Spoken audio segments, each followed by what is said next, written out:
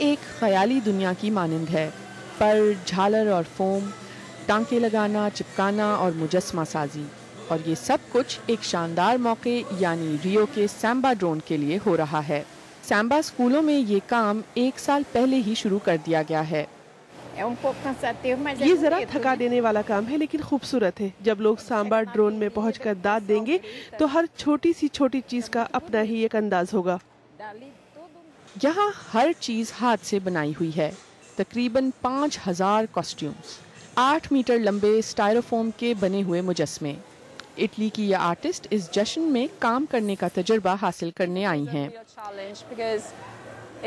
جسمانی طور پر یہ محنت طلب کام اور ایک بڑا چیلنج ہے۔ مجھے گرمی کی بالکل عادت نہیں اور یہاں اس وقت 40 ڈگری سینٹی گریڈ ہے۔ یہاں فلوٹس ایک عمارت جتنے بڑے ہو سکتے ہیں۔ یہ برازیل کے تہواروں اور دھوم دھام کی ترجمانی کرتے ہیں۔ آرٹسٹک ڈائریکٹر روزا مگیلس کا کہنا ہے کہ یہ سب کرنے کے لیے $30 لاکھ لاگت آئی۔ مائی ڈیئر، یہ مقابلہ ہے اور ہمیں جیتنا ہے۔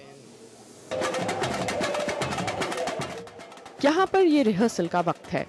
اس سامبا اسکول کا نام قریب ہی واقع ایک کچی بستی پر رکھا گیا ہے۔ یہ کمیونٹی اپنے گلابی اور سبز رنگ کے اسکول پر فخر کرتی ہے، جو یہاں کے مخصوص رنگ ہیں۔ اکثر لوگ یہ سٹیپس سیکھتے ہوئے بڑے ہوئے ہیں۔ یہ سامبا ڈرون میں صرف ایک دن نہیں ہے، بلکہ یہ پورے سال اس کے لیے تیار ہونے کی خوشی ہے۔ مہوش حسین، BBC نیوز۔